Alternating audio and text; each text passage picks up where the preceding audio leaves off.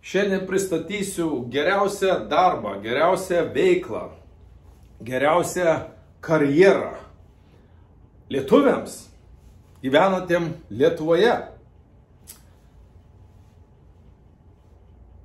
Darius Overlingas mano vardas, pavardė, kas nežinot. Gyvenu aš Majamyje, kaip matot, už lango vandeninas matosi šiek tiek, pasukau kamerą, kad matytumėt. Kodėl geriausia? Kodėl šita veikla yra geriausia? Aš pasižymėjau kelis tokius punktus, bet yra daug daugiau dalykų, kodėl šita veikla yra geriausia paprastam darbščiam žmogui. Ne genijui kažkokiam, ne ypatingų talentų turinčiam žmogui, bet paprastam darbščiam žmogui, kuris nori susikurti savo gyvenimą gerovę, ar ne? Dabar, kas tai yra, kodėl tai yra geriausia veikla? Aišku, jeigu norit ginčytis, norit įrodinėti, kad yra kitaip, rašykit komentaruose. Aš 30 metų jau dirbu su nekilnojamo turtu, jeigu per 30 metų nesusidomėjau kitą veiklą, turbūt ir nesusidomėsiu, bet galit pabandyti, galbūt. Kažin ar aš galėčiau gyventi Majamyje, kažin ar aš galėčiau investuoti į sūnaus šachmatus 50 000 eurų per metus, pusantrų, kiek čia dabar jisai rimtai užsiima tai šachmatais. Kažin ar jisai galėtų būti geriausias pasaulyje savo amžiaus grupėje šachmatistas. Aš kažkaip abejoju, ar visą tai būtų nutikę, jeigu aš būčiau užsiėmęs kažkokią kitą veiklą, būčiau daręs kažkokią kitą karjerą. Aš noriu, kad atkreiptumėt dėmesį į šitos skaičius ir aš tuoj paaiškinsiu, kokių mums žmonių reikia. Apskrities vadovas 20 000 per mėnesį, ne per metus, čia tokios pajamos. Rajono vadovas 15 000 ir brokeris 10 000 per mėnesį pajamos, kadangi mes šiuo metu jau užsiimam ne bet kokio nekilnojamo turtu, užsiimam žmonių namais, individualiais namais. Tai yra paprasto žmogaus brangiausių turtų, ne butų, ne sklypų, o brangiausia, aišku, yra dar brangesni objektai, komerciniai objektai. Bet dabar šiandien mes kalbėsim apie namų pardavimus. Tai visų pirma, kodėl tai yra geriausia veikla? Tai yra geros pajamos. Pirmas dalykas, tai yra geros pajamos. Ir geros pajamos visada nekilnojamam turte yra geros pajamos, reikia logiškai mąstyti, brangi prekė, dideli komisiniai. Kitas dalykas, aišku, ar tu sugebi daryti pardavimus, ar tu sugebi dirbti su ta informacija, su ta prekė, čia jau kita kalba. Bet darant prielaidą, kad sugebi, kad išmanai, atlieki tą visą reikalą labai gerai, pajamos yra labai geros. Tos pajamos labai geros yra visada, bet mūsų atveju ypatingai geros per recesijas, per krizės. Tai o dabar vėl visi kalba apie krizės, darbų nėra, to nėra. Mums šito atveju yra labai gerai. Ar ne? Toliau, daugiau laiko su šeima praleidžiam, ar ne? Ir vėl, ar aš būčiau galėjęs važiuoti per turnyrus, ar aš būčiau galėjęs su vaiku praleisti tiek daug laiko nuo pat gimimo, turbūt nedaug tėvų gali pasigirti, kad kiekvieną dieną su savo šeima, su savo vaiku, namuose kiekvieną dieną, tik tai aš vienam kambarį, jisai kitam kambarį, bet visą laiką šalia nuo ryto iki vakaro, ar ne? Kitiem gal aišku nusibosta, man tai šeima nenusibosta, bet kitiem neįdomu, kitiem kaip tik nori pabėgti, bet čia jau skonio reikalas, ar ne? Toliau, pastovus tobulėjimas. Pastovus tobulėjimas, kai tu dirbi su žmonėmis, kai tu dirbi su brangiu turtu, kai tu dirbi su pinigais, su dokumentais. Nori, nenori, esi priverstas tobulėti, to labiau, kad viskas keičiasi, įstatymai keičiasi, tvarka keičiasi, greičiai, gyvenimo tempai keičiasi, nori, nenori, esi priverstas tobulėti. Nu ir dirbant protinį darbą, natūralu, kad tavo protas tobulėja. Jeigu dirbtum fizinį darbą, tobulėja raumenis galbūt tobulėja, darom tokį prielaidą, o galbūt yra perkraunami ir galbūt griūva dirbant fizinius darbus ir sąnariai, ir organai ir taip toliau. Nu ir paprastai geresnės kokybės gyvenimas. Tai yra geresnės kokybės gyvenimas. Nors aš gimiau kažkur tai, kur čia yra Degučiai, pagrindiniai Degučiai, čia aš užaugau, gimiau dar ten mažesniam kaimelį, aš užaugau Degučiuose, Šilutės rajone, ar ne? Po to pervažiavau į Klaipėdą ir po to į Miami, ar ne? Ir vėl, ar aš galėčiau gyventi Miamyje? Abejoju. Ar aš būčiau išmokęs ir nuveikęs tą, ir sugebėčiau tą, jeigu aš būčiau pasilikęs gyventi Degučiuose. Arba netgi ir Klaipėdoje, ar ne? Kažin, ar būtų man pavykę išmokti, nuveikti, sugebėti tai, ką šiai dienai sugebu. Aišku, tobulėjimų ribų nėra, dar yra labai daug kur aukti ir tobulėti, jeigu tu nori pareikšti savo pilną potencialą, ar ne? Dabar, visų pirma, kalbant dabar apie pajamas, ar ne? Iš kur tokias didelės pajamos? Iš kur mes galim leisti savo tokios didelės pajamas gauti, ar ne? Nekilnojamam turte. Ir atsakymas yra, aš galvoju, kur čia įrašyti, čia turbūt rasim vietas. Ir atsakymas tam visam žaidimui yra 6 procentai. 6 procentai. Mūsų komisiniai, su mūsų tinklu dirbantys žmonės, komisiniai yra 6 procentai, ar ne? Nu tai vat ir skaičiuokit, nuo parduodamo namo, o kurio kaina, sakykime, 200 000, dar nieko ypatingo ten tas namelis už 200 000, tai komisiniai būtų 12 000, iš kurių brokeriam mūsų atitenka grubiai apie pusę pinigų, tai nuo vieno sandorio 6 000 eurų. Ir kas įdomiausia, nereikia patiems ieškoti visiškai pirkėjų. Visi pirkėjai brokeriam yra paduodami, ar ne? Gerai, dabar pakalbam, ką reikėtų tada brokeriam daryti. Jeigu jiem nereikia ieškoti pirkėjų, ką jiem reikėtų daryti, ar ne? Ką jiem reikėtų daryti?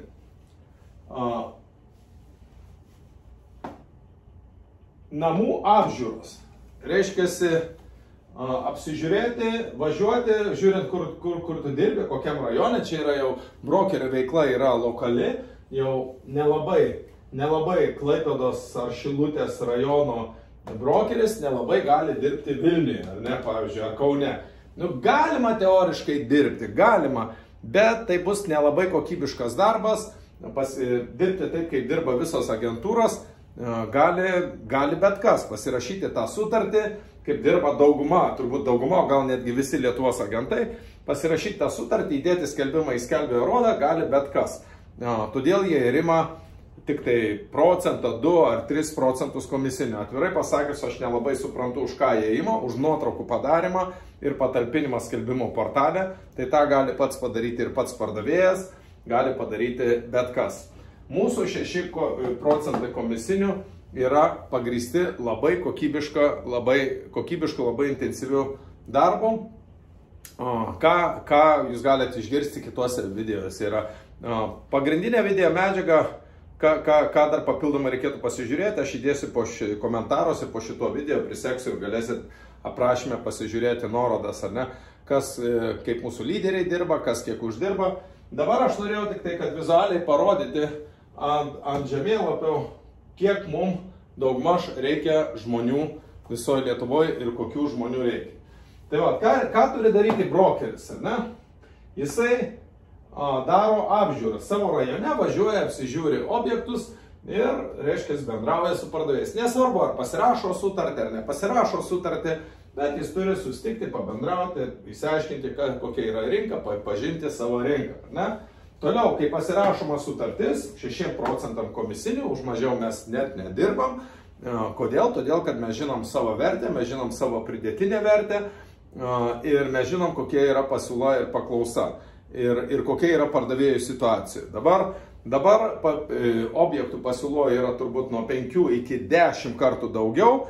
Todėl sąlygas, kaip ir nelabai pardavėjai gali diktuoti mums sąlygas, bando jie, aš niekur neskubu ir taip toliau, bet aišku, mes žinom statistiką, mes žinom skaičius ir tiesiog jeigu vienam netinka mūsų sąlygas, važiuojam pas antrą, trečią, ketvirtą ir žodžiu, ir dirbam tik su tais, kurie supranta mūsų pridėtinę vertę, kurie supranta, kad už kokybišką darbą turi būti sumokama. Aišku, mes sutartyje numatom, kokias mes sąlygas, ką mes darom, viskas yra aptariama sutarties pasirašymo metu. Tai įvyksta sutarties pasirašymas, tada vyksta rodymai, vyksta apžiūros, ar ne? Pirkėjus visus brokeriui paduoda, yra paduodami visi pirkėjai. Ar ne, kaip mes tą padarom, čia jau kitų video tema. Bet pirkėjus visus gauna, nereikia ieškoti nei vieno pirkėjų. Tų pirkėjų gauna labai daug. Ar ne, kaip mes juos išgaudom, kaip mes tą marketingą padarom, čia jau šiek tiek ir komercinės paslaptis. Bet jeigu ieškosit, žiūrėsit, galit susigaudyti, ar ne, kaip mes tai darom. Ir dar reikia sutvarkyti dokumentus. Tai va čia viską, ką reikia daryti mūsų brokeriam, ar ne? Kuom dabar skirsis apskrities vadovas, rajono vadovas, netrukus paaiškinsiu, ar ne? Dabar ką gauna mūsų šitie brokeriai, ar ne? Pagrindinis dalykas nuo to komisinių gauna 3%. Grubiai apie pusę pinigų atitenka brokeriui. Tai jeigu esat brokeriai, dirbat kažkokiose agentūrose, kitose, reiškia, ir jūs iš viso jūsų komisiniai yra tik tai 2-3%, ar ne? Ir dar turit su įmonė dalintis ten ar pusiau, ar dar kažkaip tai. Ir jums net neduoda pirkėjų, nu tai įsivaizduokit, ką jūs čia gaunat. Jūs čia gaunate švarius 3% ir jums net nereikia pirkėjų ieškoti. Aišku, jums reikia sutvarkyti dokumentus. Reikia rodymus daryti ir sutvarkyti dokumentus. Ir pardavėjų irgi galim sutvarkyti, kad visiškai nereikėtų ieškoti, bet pardavėjus gerai yra patiems nuvažiuoti. Pardavėjai nėra didelė problema atrasti, nes pardavėjai patys ieško, patys visų klausia, padėk, bando visų. Tai pardavėjas atrasti nėra didelė problema. Gal sakyčiau, sunkiau yra atrasti pirkėjus, nes pasiūla viršė paklausą labai stipriai, ypač šiuo metu. Ar ne? Tai, žodžiu, 3% komisinių gauna, toliau gauna, reiškia, žmonės, kurie pradeda dirbti, pagalba pasirašant sutartis ir darant sandorius. Pagalba pasirašant sutartis ir darant sandorius. 6% komisinių dauguma iš jūsų nesugebėtumėt pasirašyti sutarčių. Tai galiu daryti aš, kadangi turiu 30 metų patirtį ir sugebu argumentuoti ir atsakyti visus klausimus pardavėjai. Ir jie supranta, kad tie 6%, kai aš pristatau paslaugą, jiem nėra daug. Ir jūs kaip naujokai, neturėdami patirties, neturėdami pardavimų, aišku, jum klientas nenorės mokėti 6% komisinių. Bet ta problema labai greitai išsprendžiama, kai pasirašoma, aš padedu pasirašyti. Tik savo, net nepadedu, čia toj vietoje reikėtų kitaip traktuoti. Aš už jūs pasirašau pirmasias sutartis, aptariu visas sąlygas, aišku, sutartį jūs užpildot, bet visus argumentus, visą susitarimą pravedu aš, netgi, reiškia, po to atsiradus pirkėjų dėrybių procesą pravedu aš. Nu, žodžiu, viską iki galo, visą pardavimą nuo pradžių iki galo pravedu aš. Kadangi, nu, taip jau yra, kad 30 metų patirtis, jinai kalba pati už save. Ar ne? O po to jūs stebėdami, matydami vieną sandorį, antrą sandorį, trečią sandorį, tada jau suprantat ir patikite, kodėl tie 6%, kodėl netgi tie 6% atrodytų daug, bet pamatysite, kad mūsų pridėtinė vertė klientams kartais mes gaunam 10-20% aukštesnės kainas ar netgi dar daugiau aukštesnės kainas, nei pats pardavėjas kada nors sugebėtų gauti. Tai va čia pridėtinė vertė, todėl tie 6% nėra daug, bet kol tik tai yra tik tai žodžiuose, kalbėjime, tol jums sunku tai yra patikėti. Bet kai jūs patys padarot vieną, antrą, trečią sandorį, tada viskas yra daug paprasčiau. Kitos naudingos informacijos gausite dirbdami su mūsų komanda, gausite iš manęs asmeniškai, nes 30 metų aš studijuoju ne tik tai nekilnojamo turtą, bet studijuoju finansus, studijuoju žmogaus protinės galimybės. Va, šitie trofėjai fone yra nebereikalo, tai reiškia, mano sūnus, va čia jau reitingas, galite eiti pasitikrinti, viskas yra online, oficialiai. Per metus laiko nuo 1100 iki 2100 šachmatų reitingą USCF, ar ne? Pasiekė per 1 metus. Ko nepadarė, mes neradom, kad kas nors būtų tai padarę. To nėra padaręs nei vienas šachmatistas, nei Karpovas, nei Kasparovas, nei Fischeris. Jie pasiekia tuos reitingus per daug ilgesnį laikotarpį, bet per metus laiko to nepadarė niekas. Ar ne? Šiai dienai 10-metis šachmatistas, šitas vaikas, mano sūnus, yra geriausias pasaulyje. Šiai dienai jis jau žaidžia su meistrais, nacionaliniais meistrais, jos aplošė FIDE meistrais ir netgi didmeistrais, ar ne? Žaidžia ir sugeba jau juos aplošti, ar ne? Žodžiu, kaip buvo pasiekti šitie rezultatai, tai didelė dalim buvo aišku, kad gyvenam Amerikoje. Gyvenam Amerikoje, bet aišku, kad aš dirbu su nekilnojimu turtu ir galiu finansuoti. Aš per metus laiko išleidau 50 000. Dauguma žmonių neuždirba tiek. Lietuvoje dauguma žmonių neuždirba tiek per metus, kiek aš išleidau vien tik tai vaiko šachmatams. Ar ne? Bet tai nėra išlaidos, tai yra investicijos. Rezultatai kalba patys už save, ar ne?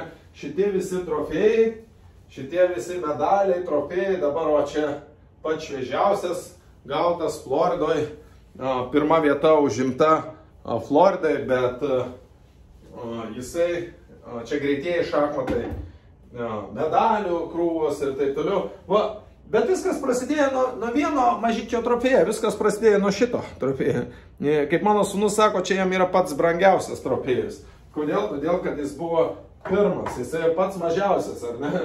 Lyginant su kitais, mažytis, čia tik tai jisai buvo pradėjęs žaisti šachmatais. Jisai žaidžia šachmatais dabar tik tai 2 metai, 2,5, sakykim, dar net nėra, ar ne? Dar net nėra. 2 metai, 2 su viršų metų žaidžia šachmatais ir tokie rodikliai. Ką tai sako? Tai sako mūsų standartus, ar ne? Mes nesiorientuojam į kažkokią, sakykime, vietinius turnyrus ar dar kažką. Mes iš karto išsikėlėm tikslą pasiekti geriausius pasaulyje rezultatus ir pasiekėme savo amžiaus grupį. Dabar tikslai yra dar ambicingesni, dar stipresni. Nu ir kol jie dar nepasiekti, tai mes per daug apie tai nekalbėsim, ar ne? Bet kai bus pasiekti, duosim visiems žinoti. Tai va, šita daug visokios kokybiškos informacijos, jeigu kas mane jau seniau sekat, ar ne? Aš apie sveikatą kalbu, apie skiepus kalbu, apie žmogaus protinės galimybės kalbu, nes yra žinių toj srity, nu ir dalinuosi. Dalinuosi nemokamai, dalinuosi už pinigus, dalinuosi tą informaciją įvairiai, ar ne? Dabar, kokių žmonių mums reikia ir kas mums tiktų? Dabar atkreipkite dėmesį, ant žemėlapio yra tokie dideli apskritimai raudoni, ar ne? Yra dideli raudoni apskritimai. Tai čia yra apskritis, ar ne? Apskritis ir šitie dideli raudoni apskritimai reiškia, kad apskričių vadovai, kurių mums reikia tik tai 10. Apskričių vadovai, kurie uždirbs po 20 000 per mėnesį ar daugiau, galbūt bus kažkas 50 000 uždirbs per mėnesį, apskričių vadovas uždirbs 20 000, apie 20 000 plus minus, arba gali 30, 40, čia dar aišku priklausys nuo žmogaus, bet toks potencialas yra. Ir tai realu, tai nieko ypatingo. Šitos sumos, jeigu jūs, sakykime, iki šiol uždarbis buvo 1000, 2 ar 5000, šitos sumos jums atrodo nerealios. Kodėl? Todėl, kad iš jūsų perspektyvos, iš jūsų suvokimo, tai, ką jūs darėte, aišku, galbūt tos sumos yra labai didelės. Tos sumos, man atrodo, nieko ypatingo, paprastos, kai darai, viskas yra padaroma, kai sistemingai veiki, daugam tapti geriausių pasaulyje šachmatistų. Tik tai vienas iš 8 milijardai gyventojų, nežinau, turbūt kokie milijardas, 2 milijardai vaikų yra pasaulyje, bet va, iš milijardų vaikų vienas toks vaikas, kuris planetoje gali pademonstruoti. Tai aišku, visiems kitiems tokie rodikliai yra neįmanomi. Bet kai darai, kai sistemingai veiki, viskas yra įmanoma, viskas yra padaroma. Tai va, apskrities vadovų reikia mums tik tai 10. Toliau, rajonų vadovai. Rajonų vadovai tie jau mažesni tokie apskritimai, ar ne? Sakykime, jeigu imti Klaipėdos rajoną, tai va ir Skuodas, ir Kretinga, ir Klaipėdos rajonas, Šilutės rajonas. Čia jau yra rajonų vadovai, ar ne? Ir ten, kur, sakykime, mažiau žmonių, galbūt, pavyzdžiui, kokiam nors kodė, tai turbūt ir bus tik tai vienintelis vadovas ir jisai bus pats savo vadovas, ar ne? Bet, aišku, sakykime, jau didesniuose miestuose, kaip Klaipėdos, tai vadovas ir dar bus brokerių. Kodėl? Todėl, kad didesnė rinka, jisai turės prižiūrėti dar ir brokerius. Ne už dyką turės brokerius prižiūrėti, už kiekvieną pagalbą brokeriui vadovas gaus 50% komisinių nuo tų sandorių, kuriems jisai suteiks pagalbą, ar ne? Tai va čia papildomos pajamos rajono vadovai, ar ne? Nu ir tie jau mažiukai kleckiukai, kaip ir supratot, yra brokeriai, ar ne? Yra brokeriai. Dabar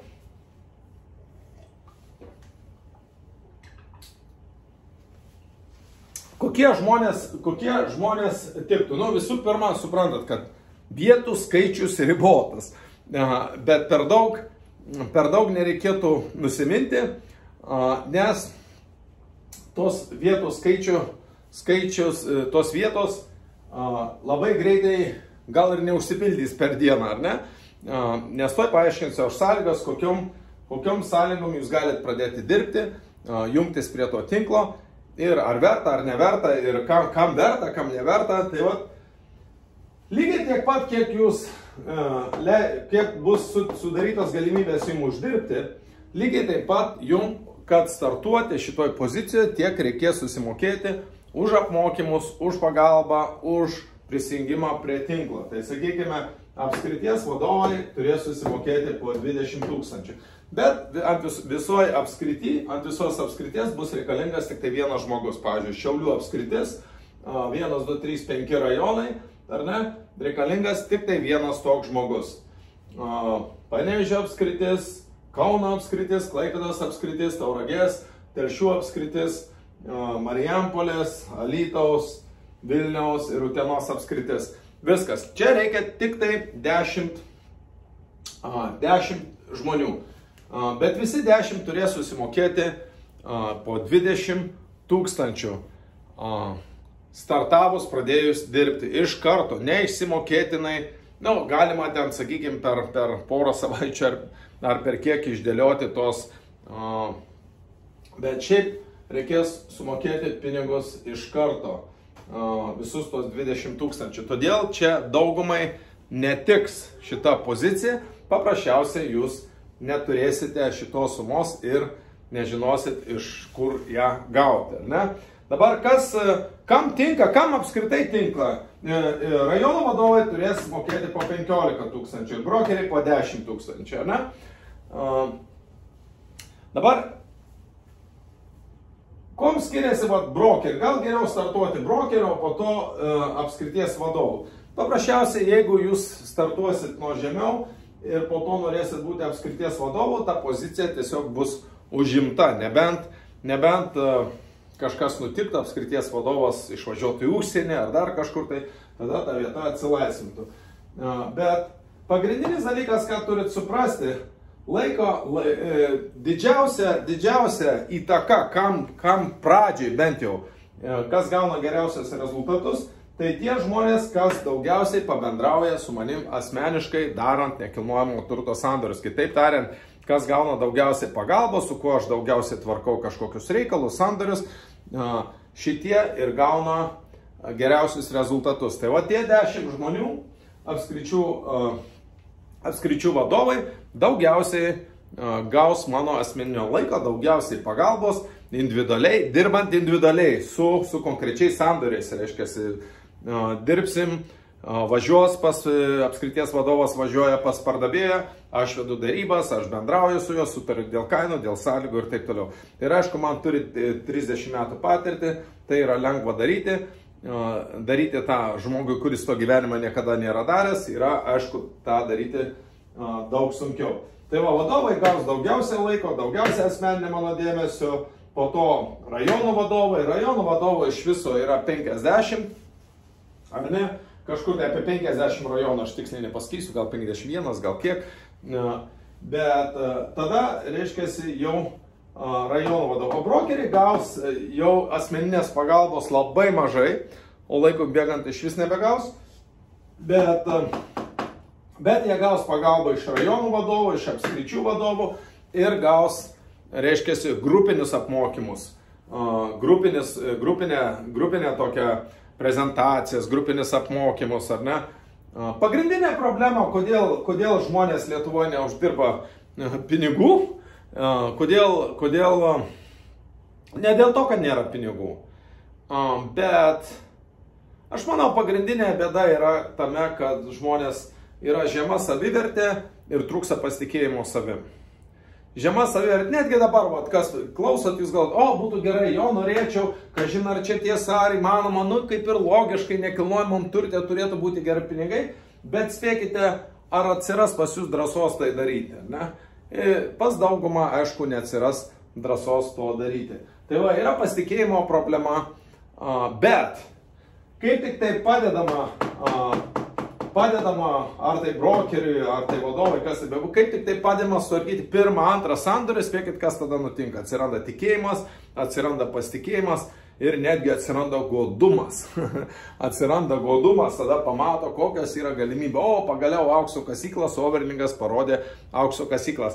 Apačioje mes įdėsim video linkus ir Gitas, ir Vaidotas, ir Dalius, ir Žydrūnas, daug pridėsim tų. Čia kas dirbo su butais. Kas dirbo su butais, mes labai, turiu ant sienos pakabintą vieną, toj parodysiu. Čia mano štabas, jūs matote tik tai vieną pusę. Kad suprastumėt, kai mes dirbam, kokius gaunam rodiklius, čia yra Kėdainių miesto. Kėdainių miesto 4 metų statistika pardavimais. Čia daugiausiai 40, man atrodo, buvo, 40 yra buvę daugiausiai, o taip kažkur apie 20-25 pardavimai. Ir čia vieną mėnesį mes nusprendėm su Kėdainiais paforsuoti. Ir žiūrėkit, kiek mes padarėm, 60 pardavimų mieste buvo padaryta ir mes po to tikrinam 17 metų statistiką, niekada nėra to buvę. Reiškia, kai mes forsavom, mes iškreipiam pardavimų statistiką su savo darbu. Reiškia, tokie dalykai yra įmanomi, tik tai reikia, aišku, rimtai tą reikalą žiūrėti, rimtai dirbti. Dabar, kaip ir minėjau, dirbam tik tai su namais. Dabar dirbam su namais. Pavyzdžiai, ten bus brokeriai, kurie dirba su butais. Su namais mes dabar turime tik tai kelis brokerius, kurie startavo dirbti. Ir tai dar jie tik tai, sakykime, tokie pasiruošimo stadijoje yra. Ar ne? Dabar, jeigu jūs norite, kad jūsų nuotraukėlė atsidurtų, pavyzdžiui, Vilniui, ar ne? Vilniaus, susimoka 20 000 ir štai jūs esat Vilniaus apskrities. Norite Klaipėdos, susimoka 20 000, jūs esat Klaipėdos apskrities vadovas. Ir staiga jūs dirbat su visa Klaipėdos apskritim. Padedat tiek rajonų vadovom, gaunat nuo kiekvieno iš jų pelnus, už pagalbą gaunat 50% komisinį ir nuo kiekvieno brokerio jų gaunate. Plus prieinate prie visos apskrities informacijos. Prie visos informacijos, brangiai. Kas valdo informaciją, tas valdo pasaulį. Dabar kam čia tiktų? Kam čia tiktų šita veikla? Tikrai ne kiekvienam, galbūt ne kiekvienas yra pribrendęs dar užsiimti tokią veiklą, nes čia yra reikalingas tam tikras protinis brandumas, emocinis brandumas, tam tikri sugebėjimai, tam tikros ambicijos, tam tikras charakteris. Aišku, kad čia netinka kiekvienam. Dabar kam tinka? Visų pirma, turi būti pirma būtina sąlyga. Žmogus turi būti pasiruošęs investuoti. Žmogus turi būti pasiruošęs investuoti pinigus į save, į savo žinias, investuoti į savo tobulėjimą, į savo karjerą. Turi turėti pinigų arba žinoti, kur juos gauti. Ar ne? Man atrodo, čia šitoj vietoje dabar daugam reikėtų pamastyti, kas laiko pinigus bankuose. Ar geriau jie išgaros, ar geriau galbūt investuoti į save, į savo karjerą ir didinti savo gebėjimą uždirbti pinigus. Aš pasakysiu, kaip aš porą tokių pavyzdžių pateiksiu, kaip aš žiūrėjau į pinigų uždirbimą, į karjerą porą kartų, ne? Porą tokių pavyzdžių. Tai pirmą kartą aš nupirkau butą už pusę kainos. Buvo apleistas butas, aš nupirkau butą už pusę kainos Klaipėdai, man buvo 21 metai. Ar ne? Kad nupirkti tą butą aš netgi savo automobilį turėjau užstatyti. Reiškia, nes trūko pinigų. Aš matau, kad jį po to galėsiu parduoti dvigubai brangiau. Bet man trūko pinigų, kad jį nupirkti. Ne? Aš kažkiek turėjau, kažkiek tai reiškia trūko ir niekas man neskolina tų pinigų, reikėjo užstatyti automobilį. Užstačiau automobilį netgi savo Lombardę. Ne? Ir reiškia, aš galėjau tą butą nusipirkęs, pakankamai geras butas buvo, aš galėjau tą butą nusipirkęs, toliau gyventi ir viskas. Ir po to vėl centų skaičiuoti. Vietoj to aš nusprendžiau kadangi viskas nupirkimo ir pardavimo procesas užtruko mėnesį, tai aš per pirmą mėnesį 21 metų būdamas nekilnojamam turte, aš uždirbau pusę buto. Pagal dabartinius pinigus turbūt kokį 30 000 eurų per pirmą mėnesį nekilnojamam turte. Neblogai, ar ne? Jeigu jau per pirmą mėnesį tai galima uždirbti, tai įsivaizduokit, įgijus daugiau patirties, turbūt galima dar geriau uždirbti. Žodžiu, vietoj to, kad aš pasilikti tam bute, aš jį tiesiog pardaviau ir toliau nuomavausi butą ir jau tos pinigus naudojau nupirkti kitą turtą. Pradėjau aš ten bendrabučius pirkti, po to keitimus daryti didesnius. Žodžiu, aš pradėjau pirkti ir perparduoti nekilnojamo turto ir taip 25 metų buvau jau lietuviškasis litais, jau paskaičiavus, ten doleris buvo 1:4, litais aš jau turėjau virš milijono, pas mane, aišku, doleriais tiek dar nebuvo, bet, žodžiu, buvau, galima sakyti, milijonierius, ne? Lietuviškasis. Tai čia pirma tokia istorija, ar ne? Ir mano tiesiog toks mąstymas buvo, aš negalvojau, kad reikia va čia tiek ir čia apsigyveni ir viskas ir dabar saugoti, ar ne? Aš žiūrėjau, kaip didinti savo galimybės uždirbti, didesnės pajamas gauti. Ir pastoviai mokėjau, arba samdydavau konsultantus, arba važiuodavau į seminarus, pastoviai žiūrėdavau, kaip įgyti žinių, kaip didinti savo gebėjimą uždirbti pinigus, o ne linijiniu būdu ten uždirbai, taupyti, uždirbai, taupyti. Matot, su taupimu yra problema, kol jūs susitaupot tų centukų, kol susitaupot biškutį, staiga infliacija ir pinigai sunyksta dvigubai, trigubai, ne? Ir galvot, kas čia nutiko, vėl blogai gyventi ir vėl trūksta pinigų. Nes nėra to supratimo, kaip veikia finansų sistema. Kodėl nėra supratimo? Nes nėra lavinamas supratimas, ar ne? Arba lavinamas per mažai. Kitas pavyzdys buvo jau 25 metų buvau milijonierius, o per Rusijos krizę subankrutavau ir praradau 29 metų, galima sakyti, 28 metų aš jau vėl buvau bankrotas. Nors, aišku, dar buvo santaupų, pakankamai kokybiškai galėjau gyventi. Mano bankrotas buvo kažkieno geras gyvenimas, ne? Mano bankrotas buvo kažkam normalus gyvenimas, ne? O čia jau mano buvo bankrotas. Nes aš staiga nebegalėjau nieko sau leisti. Prieš tai galėjau savo ir leisti ir keliauti, ir pramogas atitinkamo lygio, ir maistą, ir rūbus, ir taip toliau. Ir staiga man viskas susitraukė. Bet dar, sakykime, egzistuoti, kaip ir dauguma žmonių egzistuoja, aš galėjau. Ar ne? Tai po to atvažiavo čia Jungtinės Amerikos valstijas, vėl teko pradėti man nuo fizinių darbų, kaip ir daug emigrantų, kad čia atvažiuoja. Nu, bet aš žinojau, kad tai bus laikina, tvarkiausi licenzijas, visokios dokumentus ir taip toliau. Ir susitaupiau, pirmus 20 000 susitaupiau dolerių ir nuėjau pas tokį žmogų, multimilijonierių, kuris labai gerai mokosi su pinigais tvarkytis, nuėjau pas jį patarimą paklausti. Sakau, kur man būtų geriausiai investuoti, kad va, irgi tuos milijonus uždirbti. Sugeneruoti, kad mano investicija būtų geriausiai. Jisai sako, tu nori, kad geriausiai būtų investuoti pinigai. Sakau, taip, geriausiai, kad būtų maksimali grąža, bet tuo pačiu ir saugi, nenoriu rizikuoti. Tai sako, jeigu tu nori geriausiai, reiškia, kad geriausia grąža būtų, tai investuok visus pinigus į save. Tai va čia mane jisai nustebino, biškutė, sakau, ką tu turi omeny. Sako, važiuok į seminarus, pirk knygas. Tu susitaupėjai tos pinigus uždirbdamas sunkiai. jeigu tu juos kažkur įdėsi ir toliau vėl dirbsi sunkiai, tu niekada nepakilsi. Bet jeigu tu investuosi į savo gebėjimą, jeigu tu kelsi savo gebėjimą tvarkyti brangesnius reikalus, tvarkyti sudėtingesnius reikalus, tai ir tavo grąža, tavo pajamos bus didesnis. Ir tada tu jau didesnius pinigus galėsi kažkur investuoti. 20 000 nėra tie pinigai, kur galima būtų investuoti. Nu, tai aš taip ir padariau, paklausiau jo patarimo, pradėjau per seminarus važiuoti ir taip toliau. Ir aišku, tai buvo labai geras patarimas, tą patį patarimą galiu duoti aš jums. Ar ne? Bet aš noriu jums duoti patarimą labiau specifišką, ne investuoti bendrai kitiems žmonėms. Ai, tos informacijos dabar ir taip yra dykai, gali prisiklausyti YouTube ir taip toliau.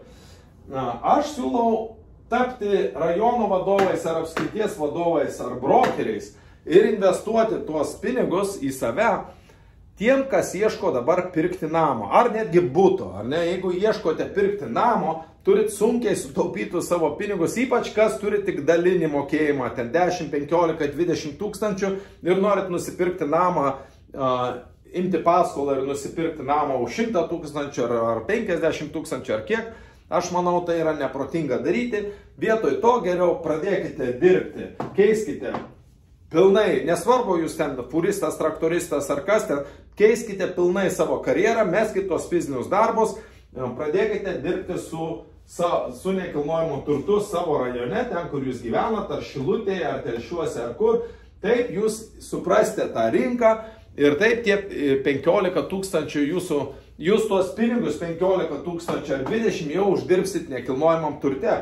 O šiaip tos pinigus galima uždirbti nuo vieno pardavimo. Jeigu brangesnis namas, sakykime, namas 500 000, ar ne, mūsų komisiniai yra 30 tūkstančių, jūsų dalis bus apie 15 tūkstančių, nuo 40 iki 70%, ten tos niuansus jau galėsim aptarti individualiai, kaip ten kas būna kada, ar ne? Tai staiga jūs galite nuo vieno sandorio uždirbti per mėnesį ar per savaitę, nuo vieno sandorio. O tuo tarpu, kai jums užtruko gal 3, 4, 5 metai ar ilgiau susitaupyti tos sunkiai fizinių darbų uždirbtus pinigėlius, ar ne? Bet investavus į save, jūs pakėlėte savo gebėjimą generuoti pajamos ir jūs dirbate jau protinį darbą, nebe fizinį darbą. Tai tie, kas ieško namų išsimokėtinai, čia aš labai stipriai rekomenduoju, kadangi jūs nusipirksit išsimokėtinę, aš 30 metų matau, kaip žmonės sulenda į bankus, sulenda į paskolas, o po to skyrybos dar kažką, traukiasi, vyksta ta recesija, nebeišmoka tų pinigų, nebegauna pajamų, tada ir išsiskiria, ir namą praranda, ir taip toliau, ir taip toliau. Žodžiu, lysti į skolas nėra pats maloniausias dalykas ir nemanau, kad tai yra teisinga daryti, ypač kai yra galimybė jums dirbti su ta rinka, dirbti su ta preke, kurią tu nori įsigyti, ar ne? Viena brokerė iš Šilutės labai taip logiškai išmastė, ar ne? Sakau, kodėl nusprendė ateiti dirbti su nekilnojimo turtai 50 su viršų metų? Sako, tiesiog pagalvojau, kad visą laiką, kuom be prekiaudavo, ar lūpdažiais, ar puodais, visą laiką tų dalykų būdavo pilni namai pas mane. Visą laiką aš jų pigiai įsigydavau ir pilną prikrautą ir taip toliau, parduodavau brangiai, gaudavau pigiai. Sako, tai aš pagalvojau, o jeigu aš nekilnojimo turtų užsimčiau? Tai va, jinai teisingai labai pagalvoja, jeigu jūs užsimtumėt nekilnojimo turtu, kas nutiktų? Visų pirma, jūs savo turtą visada nusipirksit pigiau. Jūs suprasit, kaip ta virtuvė verda, ar ne? Jūs išsirinksit ir geresnį turtą, ir pigiau. Ir galima, aišku, aš apskričių vadovus galėčiau išmokyti kaip 50 arba 100 tūkstančių gauti pajamas nuo vieno turto, nuperkant jį ir perparduodant. Bet tų dalykų aš nemokysiu. Kodėl? Todėl, kad tai parodys, kad jūs tik pinigų norit ir jums visiškai neįdomu klientai. Šitas visas tinklas yra daromas tam, kad teikti kokybiškas paslaugas klientam, aišku, brangias ir kokybiškas paslaugas klientam. Bet pirmoje eilėje turi būti brangi kokybiška paslauga ir tada generuojama šitos pajamos. Nes kaip išmokai pirkti, perparduoti turtą, dažniausiai tokie brokeriai jau pasiplauna ir pradeda jau savarankiškai daryti. Jiem nebeįdomi komandos veikla, jiem niekas tie dalykai nebeįdomi. Tai kaip pirkti, perparduoti nekilnojimo turtą, aš nemokysiu, bet mokysiu kaip teikti kokybiškas paslaugas ir gauti komisinius 20, 30, 60 tūkstančių ar netgi 100 tūkstančių komisinius nuo vieno pardavimo. Su apskričių vadovais mes tą demonstruosime ir užduosime pavyzdį visiems kitiems. Tai va, kas ieškote namo, tai tikrai jums reikėtų čia rimtai pamastyti. Toliau. Jauni ambicingi žmonės, kurie dar turi svajones, kurie nori pasiekti didelius tikslus, bet, sakykime, neturit žinių, dirbot gamyklose kažkur, tai užsidirbo 10-20 tūkstančių susitaupėt pinigų, tai va čia jums arba brokerio, arba rajono vadovo, arba netgi apskrities vadovų jums tiktų šita veikla, ar ne? Nu ir kas turėjo verslus, žmonės, kas turėjo verslus, bet nepavykę, jums verslai nepavykdavo pagrindė dėl to, kad būdavo tam tikri paskaičiavimai, mūsų investicijos yra tik tai į save, mes investuojam tik tai į save, į savo smegenis, ar ne? Mums nereikia nei gamyklų, nei sandėlių, mums nereikia nei įrangos specialios pirinų, kaip įranga reikalinga. Mano įranga pakankamai brangiai kainuoja, yra dideli monitoriai, galingas kompiuteris ir geriau tos dalykus turėti, dirbant su informacija, bet galima pradėti su paprastu laptopu. Galima startuoti, ar ne, nereikia ten labai jau galingų tų sakykime, ar ofisų, ar dar kažką startui. Pagrindė, kad būtų smegenis ir kad mokėtum dirbti su informacija. Tų visų dalykų aš išmokau tvarkytis ir su smegenų informacija, ir su nekilnojamo turto informacija. Taip kad dėl to galite būti ramus. Tai vad, kas turėjo verslus ar įmonės, kiek aš pabendrauju, matau, tai silpnas emocinis intelektas, kažkas biški nutinka, jie lūžta, tokie svaičiavimai biškutį, kaip yra verslas daromas, su draugais daro verslą, kokios dar priežastis. Toks ribotas mąstymas, tik tai užsidaroma tam kvadračiukė, sakykime, nu, imkim dabar, aš prieš save pasidėjau Lietuvos žemėlapį, aš čia atsisėdu, geriu arbatą ir aš į tą Lietuvą žiūriu kaip čia į Majamio kokią mikrorajoną. Man ta Lietuva, jums jinai galbūt didžiulė šalis, man tai yra tokia, va, čia vienas mikrorajonas, čia viena dalelė, kita dalelė, aš visai kitokie standartai, ar ne? Netgi, va, imkim tos pačius šachmatus, ar ne? Turbūt nesutapimas, kad Lietuvoje pats stipriausias vaikas žaidžia dvigubai prasčiau negu akeras. Pats jau geriausias 10-metis Lietuvoje stipriausias žaidėjas, tikrai labai kietas žaidėjas, jisai žaidžia dvigubai prasčiau negu akeras, kad žaidžia, ne?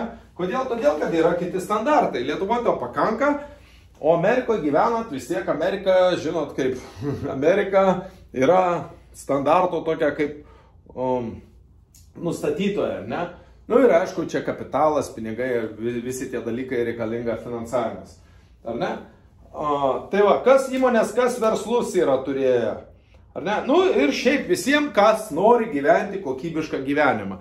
Nes dirbant su nekilnojamu turtu, aš išvardinau tos privalumus ir geros pajamos, ir daugiau laiko su šeima, ir pastovus tobulėjimas. Nekilnojamas turtas viską tą duoda. Kodėl? Todėl, kad tu gali daugiau, jeigu nori gauti didesnės pajamas, daugiau pasidarbuoji, ten paforsuoji ir taip toliau, bet po to žiūri, šeimai reikia dėmesio, ne, šeima nori pakeliauti, šeima nori kažką tai daugiau nuveikti, kažkur sudalyvauti, kažką tai tokio padaryti, tada gali mažiau skirti, yra jau padarytas įdirbis, tada mažiau, arba pasamdai asistentus, kadangi pajamos yra gaunamas geras, pasamdai asistentus, tie asistentai kažką tai daro, o tu jau gali daugiau laiko skirti šeimai, gali laiko skirti tobulėjimui, plus tas laiko grafikas, nori dirbti tokiom valandom, nori dirbti tokiom, tu pats savo šeimininkas, nieks tau nesako, kad tu nuo 8 iki 5 turi dirbti, arba turi kiekvieną dieną dirbti, tai reiškia, tu pats gali susikurti savo sistemą ir pagal tą sistemą, žiūrėdamas savo bioritmus, savo įpročius, ar ne, pagal tą sistemą tu tvarkaisi, kaip tu nori su savo gyvenimu. Ir tai automatiškai duoda daugiau laisvės, daugiau laiko su šeima, daugiau laiko mokymui, tobulėjimui ir taip toliau ir panašiai. labai stipriai remiasi į pinigus. Dabar jeigu kas galvojate, jeigu yra tokių naivolių, kur galvojate, kad čia, oi, nieko nereikės veikti, daugmaž čia taip lengvai papasakoja. Aš sakau, kad tokios pajamos yra padaromos ir pakankamai lengvai padaromos, bet reikia įdėti pastangų, reikia dirbti sistemingai, reikia dirbti su ta informacija, reikia save tobulinti, ar ne? Jeigu yra naivolių tokie, kurie galvoja, kad sumokės man 10, 15 ar 20 tūkstančių ir nieko neveiks ir smagės vieną mygtuką ir kris pinigais, tai tada tokiu atveju gal tiek to, gal jūs dar palaukit, kol pakeisit savo mąstymą, ne?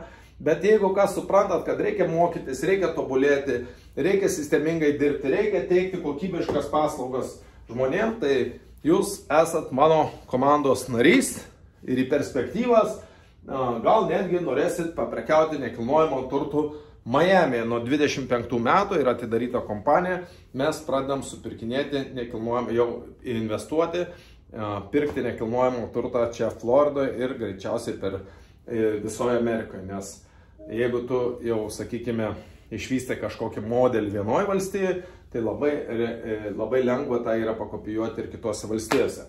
Taip, atrodo, pasakiau viską, va, atkeliavo ne per seniausiai žemėlapis Lietuvos, tarp kitko, gana buvo reikalų, tą, ką Amerikoje galima sutvarkyti per valandą, per 2, Lietuvoje man užtruko turbūt apie porą savaičių, kol galų gale pavyko atspausdinti ir tai dar reikėjo naudoti ryšius, kad greitai atspausdinti, reikėjo naudoti ryšius, kad atspausdinti va tokį paprastą žemėlapį, šiek tiek didesnių išmatavimų. Aš turėjau Lietuvos žemėlapį, bet per pus mažesnį, ar ne? Ir tai man iš tikrųjų per mažą dar atspausdino, ar ne? Reikėtų man, čia aš norėjau ant visos sienos pasidaryti, nu, bet tiek to man atsiuntė vieną didelį, dar mažesnių atsiuntė. Viskas tvarkoja. Čia, kad galima sekti tą vizualinį progresą, kiek mes kur jau ką išvystam, kad visą laiką prieš akis būtų progresas. Tai tiek, draugai, dabar ką daryti tie, kas susidomėjot, kas norite startuoti, ar apskrities vadovo, ar rajono vadovo, ar brokerių, tiesiog kontaktuokite, arba mane asmeniškai, Darius Oberlingas, ieškokite manęs Facebook'e, ieškokite manęs ieškokite manęs LinkedIn'e, Twitter'yje, kur dar mane galite atrasti. Bendraukit su asistentais, reiškia, bet aišku, neperveskit niekam pinigų, nedarykit jokių piniginių susitarimų, kol nepabendravot su manim asmeniškai, kol negavote patvirtinimą iš manęs, kad viskas tvarkoj, va, jums priklauso šitas rajonas, šita apskritis ir taip toliau. Tai va, žodžiu, jeigu atsiuntė asistentas, tai visada prašykit, kad sujungtų į asmeninį pokalbį su manim. Tiek žinių, gyvenam brangieji tik tai vieną gyvenimą ir jums rinktis, ar gyventi gyvenimą pagal jūsų sąlygas, ar gyventi taip, kaip pavyksta, kaip daugumai pavyksta. Monika čia pateikė statistiką tokia įdomi. Jeigu pakalbinsi 25 metų, man atrodo sakė, 25 metų pakalbinsi 100 jaunuolių, vyro, moterų, 100 žmonių, kurie jau baigia universitetus, viską, jų akise verda tikėjimas, kad jiem pavyks, kad jie viską padarys, jie viskas tvarko, jie tiki, kad bus sėkmingi, kad susikūrus gerą gyvenimą. Bet žinot, kas nutiks po 35 metų? Ar ne? Kas nutiks po 35 metų? Žiauri statistika, klausykite įdėmiai. Po 35 metų tik tai vienas iš jų bus turtingas. 4 bus, sakykime, pasiturintis. Ar ne? Finansiškai laisvi pasiturintis. Tik tai 5 žmonės iš 100 susitvarkys savo finansinį gyvenimą taip, kaip reikėtų, ar ne? Kaip privalėtų, ar ne? Žiūrėkit, kas bus toliau. 41, man atrodo, 41 žmogus vis dar dirbs. Vis dar dirbs. Ir ką mes čia turim? 54 žmonės bus finansiškai žlugę.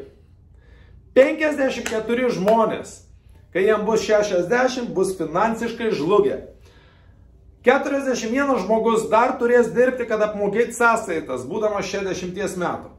Ir tik tai 5 žmonės bus susitvarkę savo finansus taip, kaip dėrėtų, taip, kaip privalėtų, taip, kaip visi norėtų. Tai va, žiūrėkit, statistika yra nekokia brangiai. Bet aš galiu jums patarimą tokį duoti. Šitą į tuos 5% jūs garantuotai pateksite, jeigu ateisite dirbti su nekilnojamu turtu ir pradirbsite iki 60 metų. Jūs garantuotai, jeigu aišku ateisit mėnesį, padirbsit ir mesit, jeigu metus pasiblaškysit, šansus pagaudysit ir mesit, aišku, didelių pokyčių neįvyks, priklausysit tai didžiai 95% masiai žmonių, kurie sunkiai tvarkosi su pinigai. Šia yra oficiali statistika. Bet jeigu į nekilnojamą turtą ateisite ir dirbsit daug metų, 10, 20, 30 metų, problema bus brangiai, kad jūs turėsite pagalvoti, kaip geriau tvarkyti su nekilnojamu turtu, nes nuomininkai nemokės nuomos, nes renovacijas visokias darys, visokias problemas patiems reikės tvarkyti.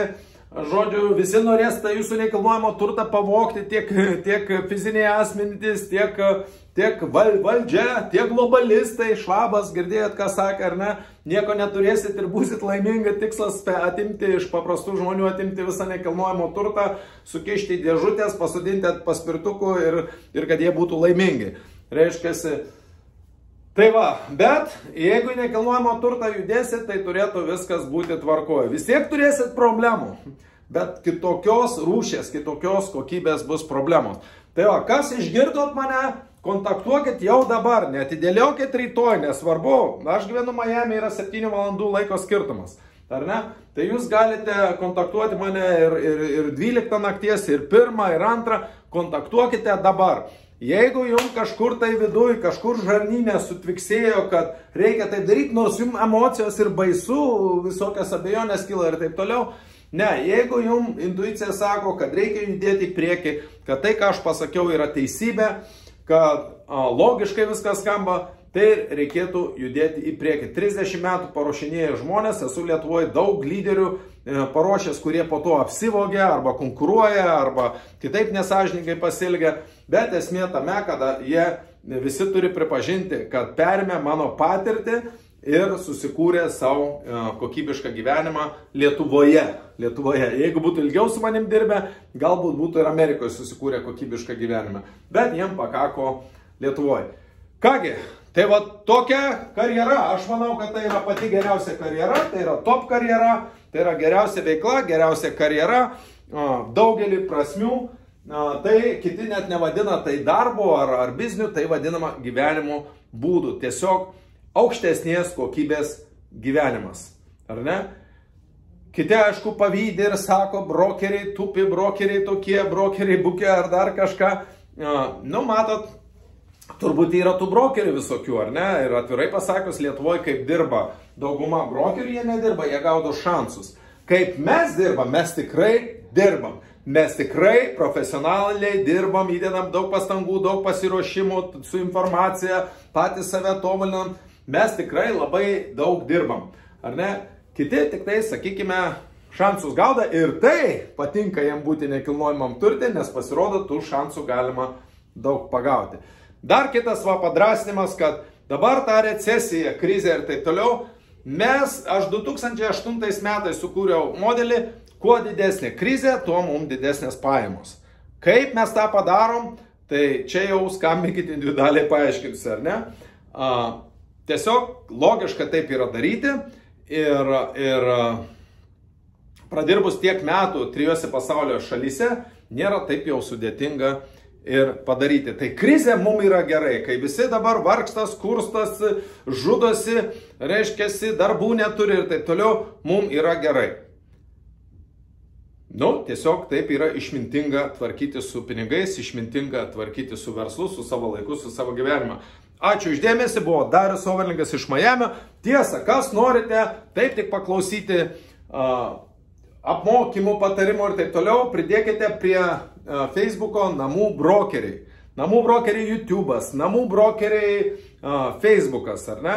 Tai va, pridėkit, sekit, kontaktuokite ir Būkit sveiki, būkit laimingi, susikurkit savo gyvenimo viziją, o po to sistemingai jos siekit ir niekada neišduokit savo svajonės.